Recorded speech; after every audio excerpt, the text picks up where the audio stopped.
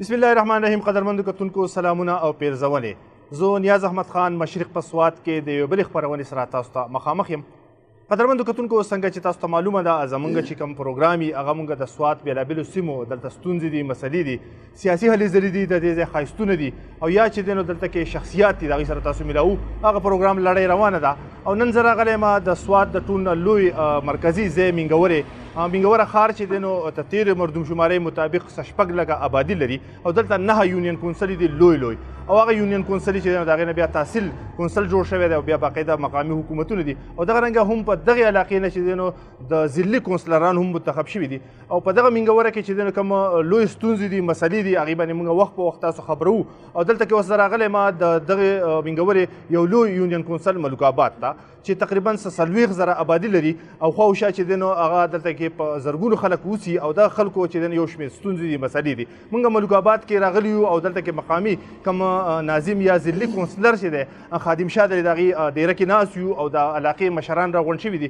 بحث به کوو دلته کمې ستونزې دي. څنګه چې وړاندې ویلی شوي په مینګوره کې لویه ستونزه مسله چې دی نو هغه د پاکو اوبو ده. دغه رنګې دلته کې د ګیس هم مسله ده او په ګرمۍ کې د بجلۍ هم مسله وي. دغه رنګې د تعلیم هم دلته کې لویې ستونزې دي. بیا د مینګورې نه چې دی نو د پی ټي آی باقاعده منتخب نماینده دی فضل حکیم چې د ډیډک چیرمین دی، هغوی هم دا دعوې کوي چې موږ مینګورې نه چې دی نو د دې نه موږ ترقي ورکړې ده. بیا دلته کې خپل 2 کونسلرې دي کوم چې ضلعي کونسل دی یا چې دلته کې تحصیل دی، هغوی هم کار کوي. په دغه اړه کې به موږ خبرې کوو چې څومره کار شوی دی او بیا څومره ستونزې دي. نو کم کسان چې دلته کې ناست دي پای کې منتخب نمایندګان هم دي، د کلي خلک هم دي. ټولو ته چې دی زه هرکلی وایم دوی مننه کوم چې دوی وخت راکړو. په سر کې چې کوم ملګری ما سره ناست دی یوسف علي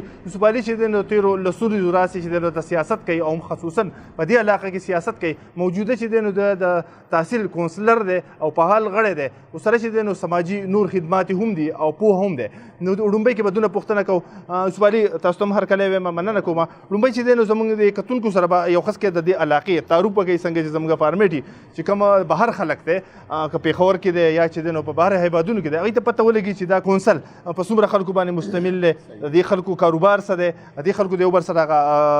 دود دستور یا لین دین په کوم ډول دی. بسم الله الرحمن الرحیم.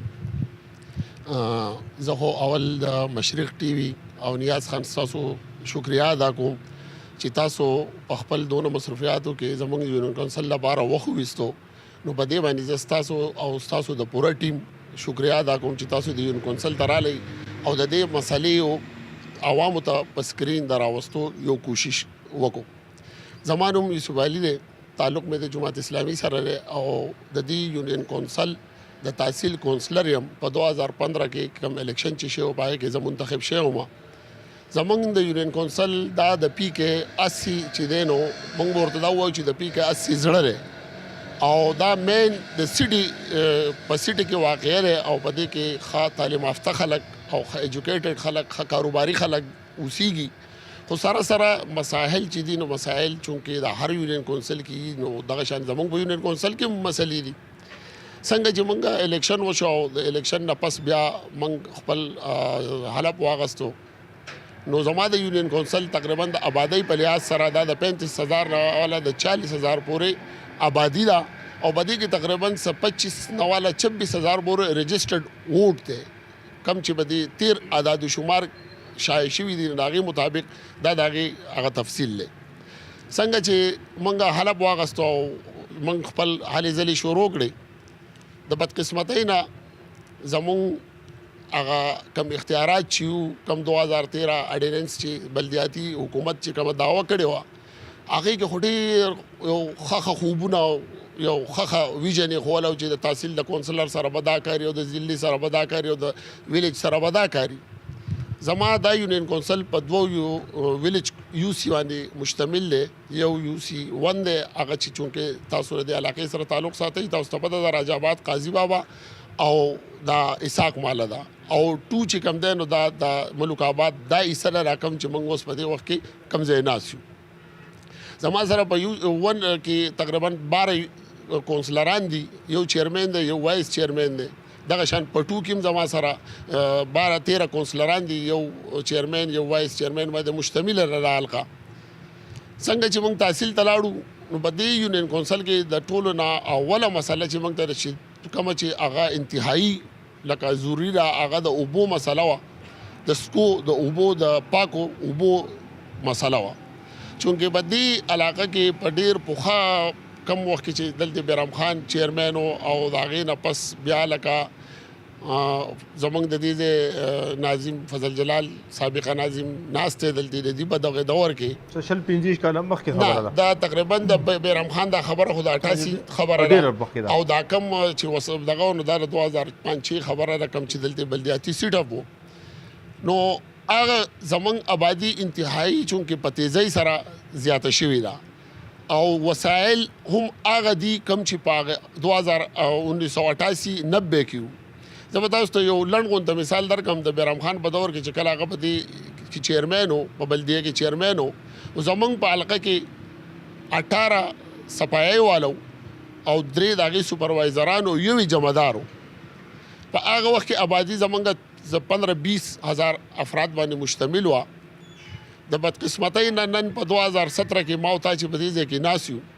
نو زمونږ سره د صفایي عمله چې ده نو ټوټل 10 کسان دي، یوی سوپروایزر دی او یوی هغه جمعدار دی. ولې کم شو دا ولې؟ پکار خدا وای چې دا آبادی د آبادۍ په لحاظ سره زمونږ دا عمله نن زمونږ سره 40 کسه صفایي والا وی، خو کم کسان چې د دې نه د 18 نه یا مړه شو او یا ریټایر شو د هغې متبادل دلته نه څوک برتي شوي دي او نه دلته په هغه حساب باندې چې زه کوم ما ته عدد شمار دلته اوس کینونو پکار چې موږ له 40-45 کسان صفایي والا زموږ سره په دې وخت کې عمله موجوده ده. د بدقسمتۍ نه نن په دې وخت کې زموږ سره ټوټل بسابت یونین کونسل کې 11 صفایي والي دي او د هغې په وجه باندې موږ ته دونه مسله جوړه شوې ده چې هر ځای د هر کور مخې ته یو د ګندګۍ یو ډېر دی، د ګندګۍ یو بحران دی. نو هغې په وجه باندې د ګندګۍ مسله دلته د ټولو سره پرسته. دویمه ما تاسو ته وایي د اوبو مسله ده چې په 88 کې پکار ده چې څونه د آبادي په وخت سره زیاته شوې وې د هغې سره د ټیوبویلو شوې وې، ټیوبویلې ورسره په وخت سره زموږ په هغې یونین کونسل په وخت کې چې لکه کومې ټیوبویلې وي اوس هم هغه ټیوبویلې دي. نو که په وخت سره زموږ نمایندګانو د څنګه چې آبادي زیاته شوې ده دغه شان د دې ټیوبویلې زیاتې شوې نو نن به موږ په دې بحران کې نه وو په دغې وجه باندې چونکې ټیک ده ستاسو خبره صحیح ده، بحران روان دی. تاسو وایئ چې د 13 کالو د 15 کالو روان دی. تاسو چې منتخب شوئ په کال 2015 کې تاسو رالی او تاسو ته دا مسله وه ووټ هم په دغې اخیستی دی، تاسو څه کړي په دغې هلې ځلې؟ موږ چې څنګه بلدیې ته لاړو نو موږ د صوبایي حکومت په موږ باندې یو اداره مسلط کړه، هغې ته وایي واسا واټر اینډ سینیټیشن کمپنی. تاسو خبر یې د هغې نه WSSA زمونږ ته یې وي چې تاسو به د صفایي اوس زما خیال میاشت 2 شوه چې دا په 2000 د نن نه 2 کاله مخکې زمونږ چې کله دغه شو دا به موږ نافذ شوي وه، خو د بدقسمتۍ نه په هغه وخت کې چې کوم د هغې چیرمین منتخب شوی او د هغې چیف ایگزیکټیو منتخب شوی هغه کس چې کوم منتخب شو کله چې 3 کسانو نومونه لاړل نو په هغې کې د بدقسمتۍ نه زمونږ د دې لوکل MPA ولګېدو کوم چې په ټاپ باندې و هغه کس یې پاتې کړو وزیر اعلی ته یې وویل نو په 3 نمبر چې کوم کس و هغه یې واغستو. سیاست ښکار شو واسه چې راله واسه څه وکړل واسه زمونږ نه د TMA نه ټول واټر اینډ سینیټیشن سټاف او عمله ټوله بوتله په سیدو کې هغو دفتر اخیستی د هغو جدا سټاف دی. د بدقسمتۍ نه موږ ورته چې به کله وي چې موږ په 10,000 روپۍ سړی نیسو وي تاسو نشئ نیوی د هغه د چیف ایگزیکټیو تنخواه 15 لکه روپۍ ده. بیا د هغې کې هغو ونیول 6 منیجران د یو منیجر تنخواه 2.5 لکه روپۍ نه واله 2 لکه 2.5 لکه روپۍ ده. اوس نیاز خان تازه خبره دا روانه ده چې واسه وایي چې موږ به د خپل کار بل له په ټیکه ورکوو. دا اوس هغه وایي چې موږ بل ته په ټیکه حواله کوو د صفایي د اوبو د نظام اوس هغه ځان له موږ دي له ورکړه اوس دي ځان له بل ټیکهدار ګوري. نو افسوس خبره دا ده چې تاسو دا کار نشئ کولی یا تاسو بل له په ټیکه ورکوئ نو ستاسو دا دلته چې کوم د منیجر راستې منیجران دي ستاسو کوم د چیف ایگزیکټیو چې دی دا د څه لپاره دي؟ دوی ولې دا په بله ورځ زموږ په تحصیل کې موږ ته دا وایي چې دوی 1 کروڑ روپۍ خوړلي دي. دا کله چې دوی اوس کار شروع کړی په دې 2 میاشتو کې نیاز خان د ریکارډ باندې دا شی موجود دی چې پیسې تللی دي او خلکو ته یو کس په تحصیل کې په دې یونین کونسل کې نه دی برتي شوی. نه صفایي والا برتي شوی نه د صفایي مسله حل شوی نه د سټینیشن مسله حل شوی او 1 کروڑ روپۍ دي د تنخواګانو په مد کې وخوړې نو به سنوي سکیم جوړ شوی شوی دا منتخب کسان ټول دلته ناستي زمونږ یونین کونسل چې کم کال مخکې هم په هغه صورتحال کې وس ولاړ دی د افسوس خبره ده چې دا پیسې موږ دي ته وی چې موږ له دا راکړئ زمونږ د ټول ټي ایم اے سټاف تنخواګانې چې دي نو هغه 4.5 لکه روپۍ دي د دفتري عملې او د واسا ډایرکټر 15 لکه روپۍ دي او د ډایرکټر نه علاوه د هغو سره چې کوم منیجران دي نو یو منیجر 2.5 لکه روپۍ لی او اوس هغو بیا نور د کسانو ډیمانډ کړی او انټرویو کړی دا له اغستې نه دي اوس چې د هغو تنخواګانې بسونه ډېره مننه خادم شاه صاحب طرف ته به ورځو کتونکو خادم شاه صاحب هم چې دی نو د ضلعي کونسلر دی دلته کې سیاست کوي دلته د خلکو خدمت کوي سماجي کارکون دی دونه به پوښتنه کوو چې د دې ځای د دوی د کونسل سره کم تعلق دی خبرې کوو چونکې چې دلته چې کله ګرمي شي نو انتهایی لکه د بجلی بحراني هغه چې دی نو بجلی نه کله چې یخ شي نو دلته کې ګیس نه او دغه دواړه څیزونه چې دي نو هغه د مرکز سره دي خادم شاه صاحب به زه دا ووایم چې د مسلم لیګو سره یې تعلق دی او بیا د امیر مقام سره نږدې تعلق دی او ویل کېږي چې دلته کې د بجلی او د ګیس ټول اختیار چې دی نو د امیر مقام سره په دغه اړه به درنه پوښتنه کوو خادم شاه صاحب تاسو ته هم هرکلی ووایو مننه کوو لږه خو دغه ستونزه ووایه که نه چېرې کله دلته کې ګرمي شي نو بیا څه صورتحال وي اوس یخ دی نو په یخ کې چې دی ګیس دی نو بیا د کورونو څه صورتحال وي مسلې خو چې په دې کله چې موږ په 2015 کې منتخب شو دلته موږ رالو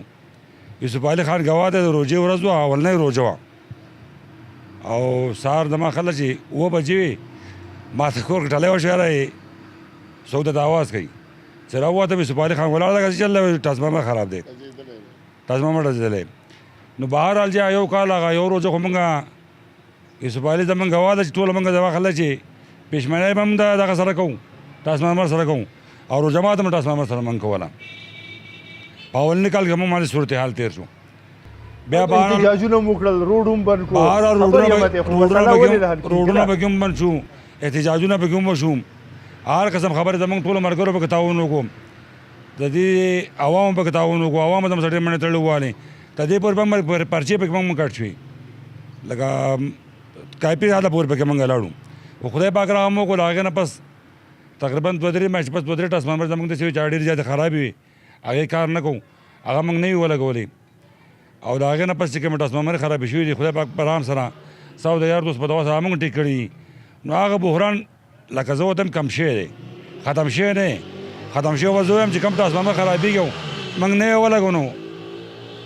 او جمع شو د بجلی هغه ضرورت په ګرمۍ کې هم لکه 13 روژه تېره شوه که نه په 13 روژه کې زموږ 2 ټرانسفارمرې خرابې شوي دي یو ټرانسفارمر د یوسف علي خان د کور خراب شوی په 3 غنټې کې خدای پاک ټیک کړی موږ خپل دغه نه وایو خو صرف خراب شو موږ ته اطلاع راغله چې ټرانسفارمر خراب دی او د تلو سره موږ دستي بل راوړو د خدای پاک د قدرتو 2 ورځې نه وروسته په 3 ورځ بیا خراب شو زه په موقع نه وم یوسف علي خان په ماښام له بیا راوړی نو چا په تیاره کې شپه نه ده کړې په چا باندې تکلیف نه یې راغلی د هغې نه علاوه زموږ د ګیس چې کومه مسله ده په ملک آباد کې زموږ د ګیس ټول نه زیاته په PKIC کې غټه مسله ده ګیس ته موږ چې کله په دې باندې لکه مطلب منډې تړلې وکړې زموږ په دې کور په مخه باندې چې کوم پیپ تللی ده 2 انچي پیپ دی که په ټوله مېنګوره ګیس یي وو خو زموږ په دې پیپ کې ګیس نه وي په دې کې نه راځي نو د هغې موږ دا کار کړی دی انشاءالله چې دا موږ 4 انچي منظور کړی دی تقریبا 1500 میټر پیپ دی او په دې هفته کې یا بله ورځ په دې باندې کار شروع کېږي انشاءالله د دې نه علاوه په دې زم په دې غر کې تاسو وګورئ چې په دې کې مطلب 5% ګیس هم نشتی 5% خلکو ته به ګیس وي 95% خلکو ته ګیس نشتی د هغې هم نقشې منظورې شوي دي صرف د پیپ د راتلو خبره ده په دې څو ورځو کې پیپ راځي انشاءالله هغه مسله خدای پاک به زر ته زر حل کړي د هغې نه علاوه هسې خادم شاه صاحب مونږ به کله په دې اوبشي په دې به لکه مونږ ولئ که نه یوسف علي صاحب وویل چې یاره د بیرم خان د ورنه د 88 د ورنه مونږ ته وایي چې یاره د اوبه به ټیک شي د اوبه به ټیک شي بجلي به ټیک شي یار خو داسې مسله دغه رنګې پکې 3 حکومتونه پکې راغلل یو کس نه